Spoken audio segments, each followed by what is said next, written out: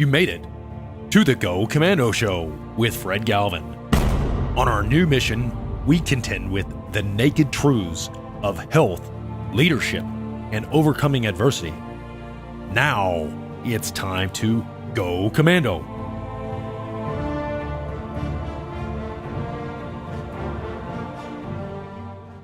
Good afternoon, Commandos. We've got a great show for you today, and one that's near and dear to my heart. And that's with a local Gold Star family from here in the metro area, and that's the Goetsch family from Shawnee, Kansas. Now, Jill, she was married to her late husband, Ben Colgan, and they'd been married for 6.5 years. She'd traveled around with him when he was a young enlisted soldier who he'd served with our nation's most elite unit, Delta Force. Had been stationed in Fort Bragg, and then he went on to pursue getting a commission as an Army first lieutenant, and then they became assigned to what they were hoping would be a normal Army career, and that was being stationed over in Gießen, Germany, with the 3rd Field Artillery Regiment. And in 2003, Ben's unit, being in a unit very close to the closest to Iraq, deployed to combat in Iraq, and it was in Baghdad, Iraq, on the 2nd of November 2003, where he was killed by the enemy who was using an improvised explosive device.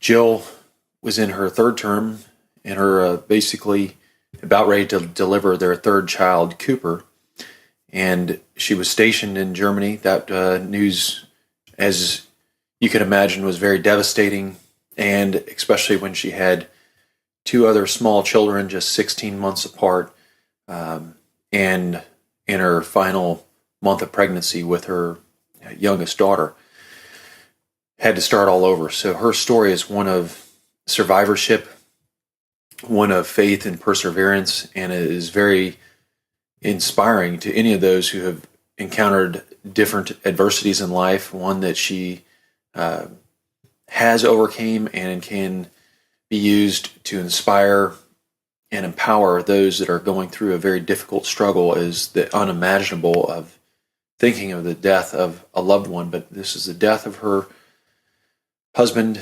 They truly had a loving relationship, and it was unexpected, as she was about ready to deliver her 3rd child. So thank you for tuning in. I hope you enjoy this story from Jill, as she tells in her own words and that of her daughters, who have gone on to have a life and live it very abundantly. And her daughters truly are an inspiration to both those that they encounter, and really do exemplify the best spirit of their father as well as their mother in pursuing their academic and athletic goals. So thank you for tuning in, Commandos, and we hope you enjoy this show. Tell me just a little bit about your story, your background, pertaining to what we're here for today. Well, we're here to talk about my late husband and our, our adventure, or how life kind of unfolded since probably the worst news was delivered. But I was married to Lieutenant Ben Colgan, and he and I married in 1996, and he was in special operations, and we lived the military life, living at Fort Lewis, and then he was in Delta Force at Fort Bragg, and then he ended up getting out of that, and we deployed over to Germany to have kind of the normal Army life as we were beginning a family. Grace had been born, and then Paige had just been born, and we moved over to Germany. And within just 2 months of being over there, he deployed to Iraq. And so, and I had just gotten pregnant with Cooper. So they're all 16 months apart. And I thought, well, I'll be productive while he's deployed, and, have another baby. And we came back to the United States while he was deployed. We thought it was going to be a very quick deployment. He left in May of 2003. Germany was one of the first troops or units to go, since they were closest, and he was assigned to the Field Artillery Unit.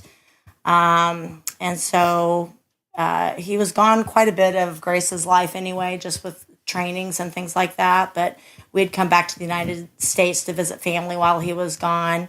He was from Seattle. My dad lived in Missouri, and my mom lived in North Carolina.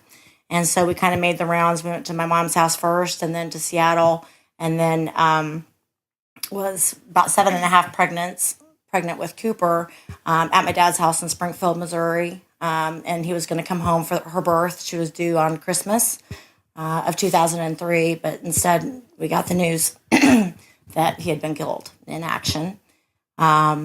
So that kind of is obviously devastating, something that you don't really think is going to happen. But a new twist for us is that we were stationed in Germany at the time, and being that far along pregnant with her, trying to figure out where you're going to live and where you're going to go. And, the Army's like, where do you want us to move your stuff? We'll pack it up for you. Those kinds of decisions that you're having to make. Probably most other families are in an American base, but they still have to make those decisions too of where they're going to go. It's unique being in the military, and that becomes your family and your way of life. And everywhere that you go, that you're stationed, that's not where anybody is from. So you live together, you work together, you celebrate together, holidays, birthdays. That becomes your family. And you girls, probably, what's your take on all this? I mean, I know probably at least you were around, but it was it was long ago. So, do you remember any of this? Or I really don't remember much. My mom has always put our best interests first. So I've only known remember growing up in Kansas City. We were really close to her side of the family. Through all this, we stayed at their house for a long time until we moved to Kansas City. So they were a pretty big part of my really young childhood until we moved here. And you two ladies, I mean, you have pictures, you have your stories, and that's it. So. Yeah, all we really know is from what our mom has told us and what our family members have told us. We don't have any memories of him or anything. Oh, same for you too. Yeah. Okay. All right. When we have pictures, we have some video that actually, the cool thing, I guess, about it happening before all of the social media and all of that is this was back in 2003. And so he and I wrote letters to each other. And so I have all of these handwritten letters that, we have that we wouldn't have had if, because I couldn't talk to him on the phone, and we didn't really have email, wasn't set up yet then. And we had also bought each other cassette tapes. And so he had a cassette recorder thing, and I had one here. And so we would make recordings that we would send back and forth to each other. So I'm grateful that I have those things. I have him singing nursery rhymes to the girls and things like that. So he has some things. I have some things to be able to share with him that, we probably wouldn't have had if it, had been any later in the technology era than it was. But what is that like to have to move on and pick up the pieces? So I don't think you ever really know what it's going to be like until you're in it. And it was probably 2 months. I was at my dad's house. I was there when I got the news, and awaited Cooper's birth. And during that time, actually, too, I felt like, we had so much support from the local community that really helped a lot. He had been followed around by the Time magazine reporter, and so his platoon, it's a whole separate story, but he was featured when I was giving birth to her. He was featured in the Time magazine. The American Soldier was the person of the year for Time magazine. So it was kind of just this big, blurry kind of, the first 2 months was a lot of media, since it was kind of the beginning of the war, obviously trying to figure out where we're going to live and all of that. So the first 2 months, I felt like I was just kind of a wreck, and I just kept thinking it was a dream that I was going to wake up from, in the morning, and it would take me just a split second to realize this is not a dream.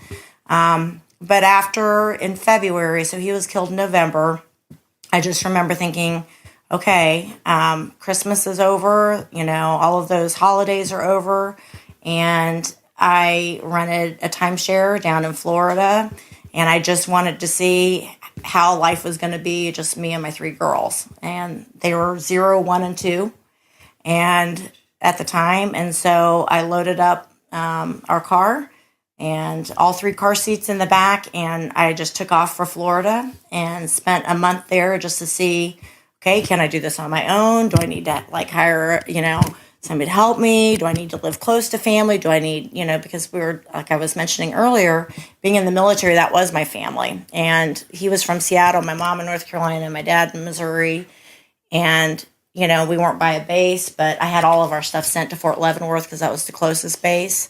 So that was probably the best thing I could have done, and was just to prove to myself that, yes, it was very hard. Even going to the grocery store, I had her in her basket, her car seat underneath the cart. And then I had Grace sitting, in the little chair thing. And then Paige was inside the basket. And people were like walking by and like, oh my God, there's another one under there. And just trying to put groceries in. And then, I found that I would go through drive-thrus just to get bottles of, like hot water to fill their bottles and things like that, because you can't get all 3 kids out of the car. And so it was things like that. But after going through that, I realized I can do this. And so ultimately, I prayed to Ben kind of and said, I just need to have a sign from you that you're okay and that me and the girls are going to be okay. And this actually happened before his funeral. And it was probably 7 days. We're waiting for his body to come back from Iraq. I said, just give me a sign.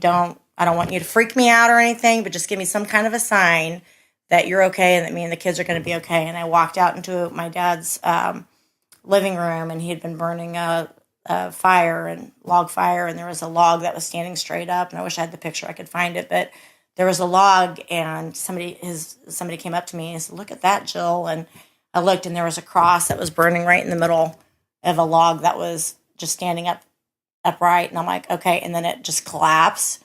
And for me, that was just like, okay, he's okay, and I'm going to get through this. But it became the point that I knew it was going to, people say, just give it time and it'll get better. For me, it was a decision. I strongly believe that it's your mindset, and you have to make a decision that life is going to go on. I was 34 at the time. I had 3 baby girls, and I was extremely proud of my husband and his sacrifice and his willingness to serve. And I didn't want to let him down. And I didn't want to, if he was watching, me raise the girls, I didn't want him to felt like his choice in life or what he did would negatively affect who they became or who I became. And so whether I didn't want to do it, but, I made the decision that things were going to be positive for my kids, and that I was going to raise them with the same love of country and the same love of life that he had. And so on the inside, I was not feeling it, but on the outside, that's what I raised my girls to be. And the next thing you know, I started to feel better. I attracted positive people in my life. And this is where I feel very grateful to Fred and other organizations that have helped me support my children in showing how much his sacrifice and really their sacrifice means to them, because I can tell them stories and I can, and share those kinds of things. But when other people are grateful for what he did and what they've had to give up, I'm grateful for that. So thank you, Fred, for helping provide that for our family. So I know, here we are. Let me ask you ladies, do you feel a connection to your dad, or I mean, we have what family has told us, my mom has told us, and we're very proud of what we get to represent. And my mom always tells us she sees a lot of him in all of us. So I think that's really cool. And we have the videos and everything, and it's just a part of who we are, and I'm really proud to say that. I'm really happy with what we get to stand for, because it's unique, and we don't know anyone back at home who has the same situation. So it's nice to do what Fred does for us, and different like things we get to go to where there's other kids like us and we can like share our stories, because it's cool to be able to relate to that and have other people that you can talk to about it. I'm sorry to ask, but I just got to know, when people ask you, what do you tell them? I mean, I'm not like, I tell like my friends, like I'll tell them, like most people know like that I go to school with, and I mean they'll ask like, so like what did he do, what happened, and I mean I'll tell them, I'll be like, yeah, he served in the Army, he died like when I was 1, like I don't remember much, like I'll just be honest with them, and they're very supportive. I have very supportive friends of my story. I can tell, not to interrupt, but I can just tell you early on when they were little and they were processing it, and you guys won't remember this, but I remember even like putting them in swim class or something, and you guys would be swimming and they would be like 3 years old, and then just out of the blue, I remember Grace saying, "My dad's in heaven," because I think she was just trying to figure out like why, get other people's reactions, and because she didn't know anybody else. But so I think you guys have always grown up with knowing that and trying to see other people's reactions and to try to make sense of it for themselves. Is there any traditions or anything like in the military when we have special dinners, we have like the fallen soldiers table, things we do to remember the fallen? Do y'all do anything like that in your family, or just talk? Yeah, I mean, I think that the hard thing is that I feel disconnected from the military just because we were stationed in Germany and then we moved here, and I shouldn't say disconnected because I am still very close with a lot of the military, our friends that we know. But, not living close to a base, I think has affected probably how much we do. But we do Memorial Day weekend. We go up to Fort Leavenworth. And, we definitely do any kind of event at school. And that's one of the things I'm grateful for.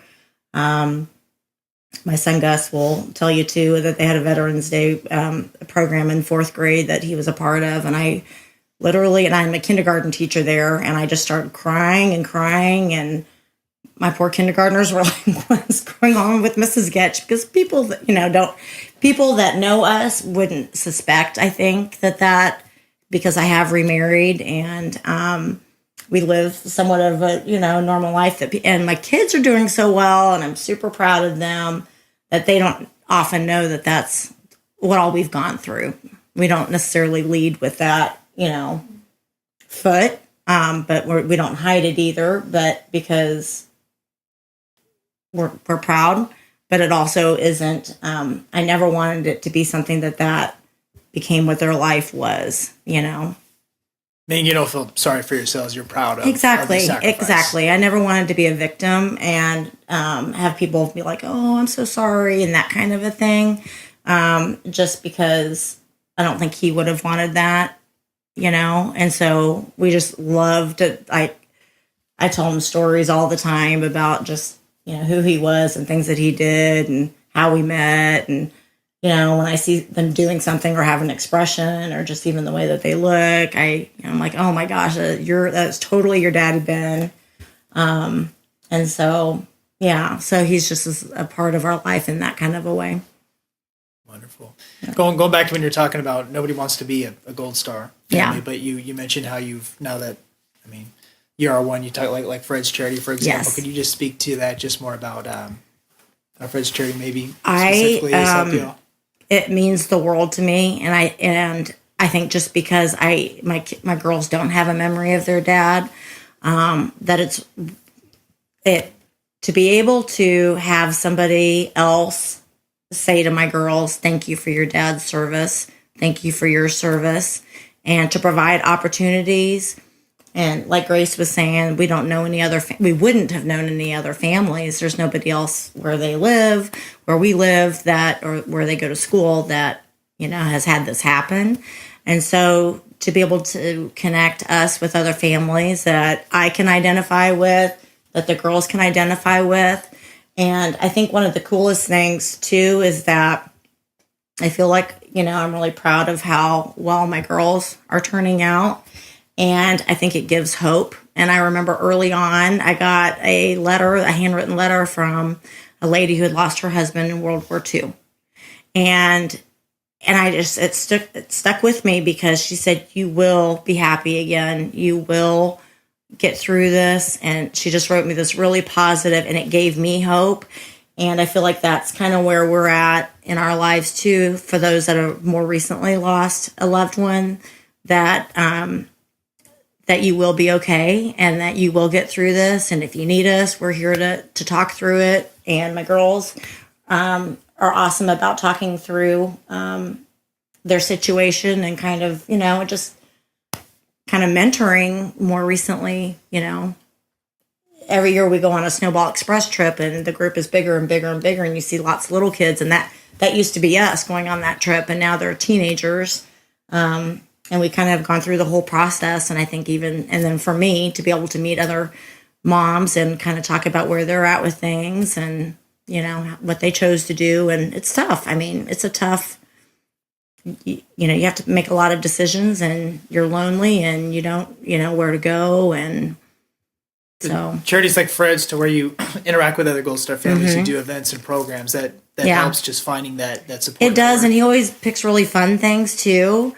So it's like all three of my girls are huge soccer players. And so we got to go to a sporting KC event, and that was super cool. And like the Royals game, and just he does things to where it's not a downer kind of event. It's like you're with the other families, but it's in a fun atmosphere.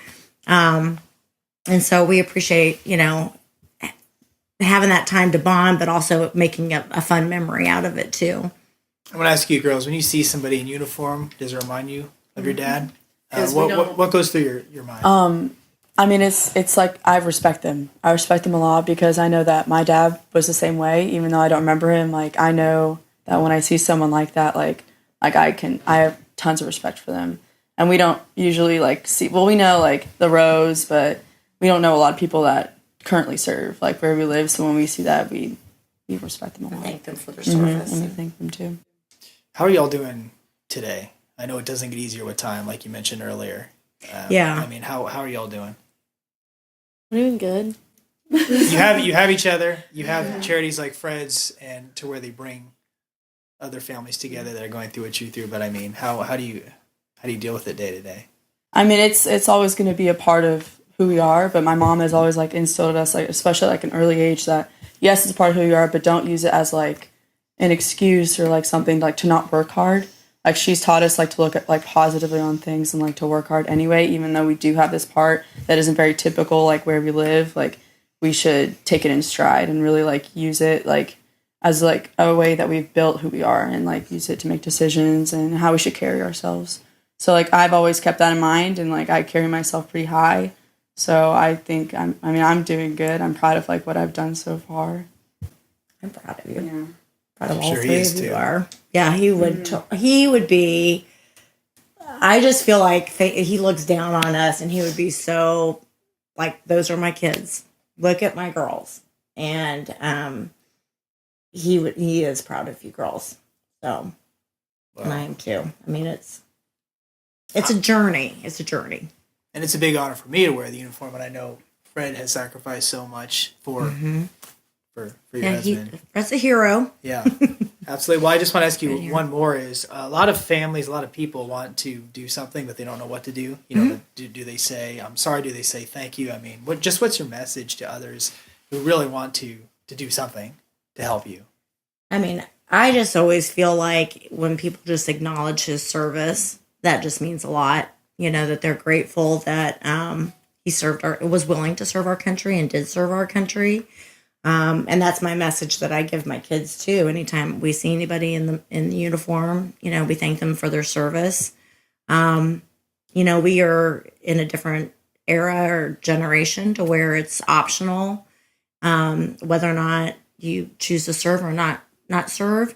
And, living where we live, I feel like I knew I wanted to raise my kids in Kansas City, and in the Midwest, where those values and patriotism is strong, because I knew I had to do that. I mean, that was who he was, that was who I was, and so I knew I wanted that. And we could have picked anywhere to live, and so I knew that I wanted to raise my family in an area and a part of our country that's very patriotic, and that they will be supported. And so, yeah, and I just, I think anytime that I even see in the community that they do things to honor the military, it's not just those that have fallen, but those that are continuing to serve is my focus. Anybody that is willing to serve, I very much appreciate their service, and I love to see, our community support those soldiers. Very well said. So. Excellent. Thank you so much, ladies. I realized you didn't ask anything, Fred. Where are you, Fred? It's for the girls, knowing your mother's background and education, how important that is, both for her and for you, and then your dad's spirit as far as athletic competition, everything that he did. How do you feel that drives you every day, and then your focus on the future? Do you think that's important that spirit lives in you, that you don't waste any day? Can you talk a little bit about that? Mm-hmm. I think that's very important. I'm sure we got some athletic from you, Mom, but a lot of it's from our dad. Okay.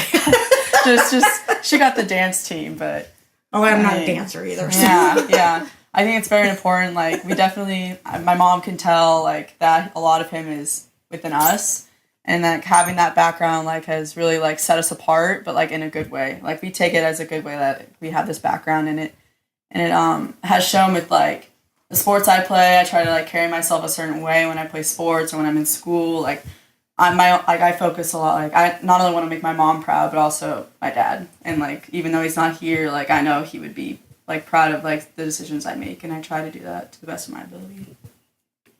Well said. Mm-hmm. Thank you. Very good. Anything else you'd like to add, or I should have asked? Is very good. I'm sorry to make you talk about this on spring break. It's supposed to be a fun, happy. It's okay. We love to talk about Okay. him. We do Cool. love to talk about him. Okay. And so, it's, Good. we don't, it doesn't happen, And especially on patriotic holidays, I think we definitely feel it. We're proud on those holidays, and it's a kind of different feeling that we have compared to other people. And I feel we have a direct connection to it, because freedom doesn't come free, and we know that firsthand. So we definitely take those holidays that's when we celebrate a lot, I think. To all my fellow grunts out there who in your youth felt it was your duty to protect us, I salute you. And thanks to the listeners of the Go Commando Show who labor on the farm, who are sweating on the construction site, putting forth your very best at the office, you are making a difference. Support the Go Commando Show in our pursuit of bringing you the highest quality professionals. Infiltrate the website at gocommandoshow.com, where you can view all of the podcasts and arm your team with incredible deals on health supplements, commando clothing, and equipment. Every time that you get a good deal, it supports the show. What deals? When you purchase anything from the website, Amazon, healthcare supplements, you're covering our six. And to the ladies on the team, when you outfit yourself in the super sexy threads from Naked Zebra, and yes, I'm talking about in fuego, you are firing the sniper shot for our commandos. How else can you support? It's simple. You smash the follow and subscribe buttons on our social media. That is how you support us bringing great guests to talk about serious subjects, not the mainstream media's fake news. So thank you, and until our next show, stay in the attack and go Commando.